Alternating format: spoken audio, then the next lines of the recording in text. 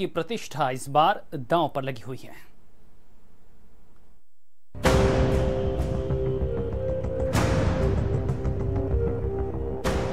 लोकसभा चुनाव के पहले चरण में 11 अप्रैल को पश्चिमी यूपी की 8 सीटों पर मतदान होना है और चुनाव प्रचार थम चुका है। यानी कि 11 अप्रैल को सुबह 7 बजे से मतदान शुरू हो जाएगा। इन सभी सीटों पर बीजेपी के दिग्गजों, सपा, बसपा और आरएलडी के उम्मीदवारों की साख दांव पर है। यहां से 2014 में बीजेपी ने क्लीन स्वीप किया था। जिन 8 सीटों पर मतदान होना है उसमें गौतम बुद्ध नगर, मुजफ्फरनगर, सहारनपुर, गाजियाबाद, बागपत, बिजनौर, कैराना और मेरठ की लोकसभा सीटें शामिल हैं।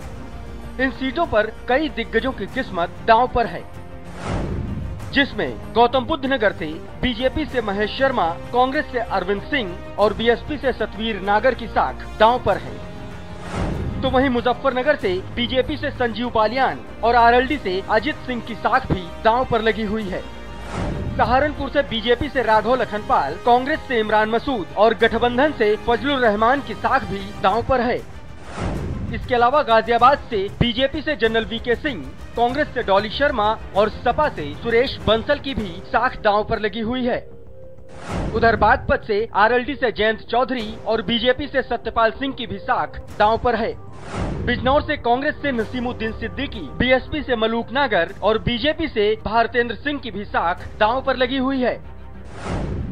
कैराना से बीजेपी से प्रदीप चौधरी, सपा से तबस्सुम हसन और कांग्रेस से हरेंद्र मलिक भी इस बार ताल ठोक रहे हैं। तो वहीं मेरठ से बीएसपी से हाजी याकूब कुरैशी, कांग्रेस से हरेंद्र अग्रवाल और बीजेपी से राजेंद्र अग्रवाल की साख दांव पर लगी हुई है।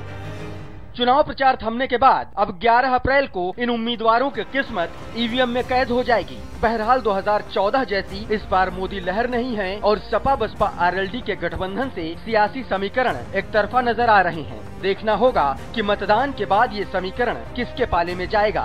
बीजेपी फिर से इतिहास दोहराएगी या गठबंधन उत्तर प्रदेश में भारतीय जनता पार्टी का रथ रोकने में कामयाब हो जाएगा।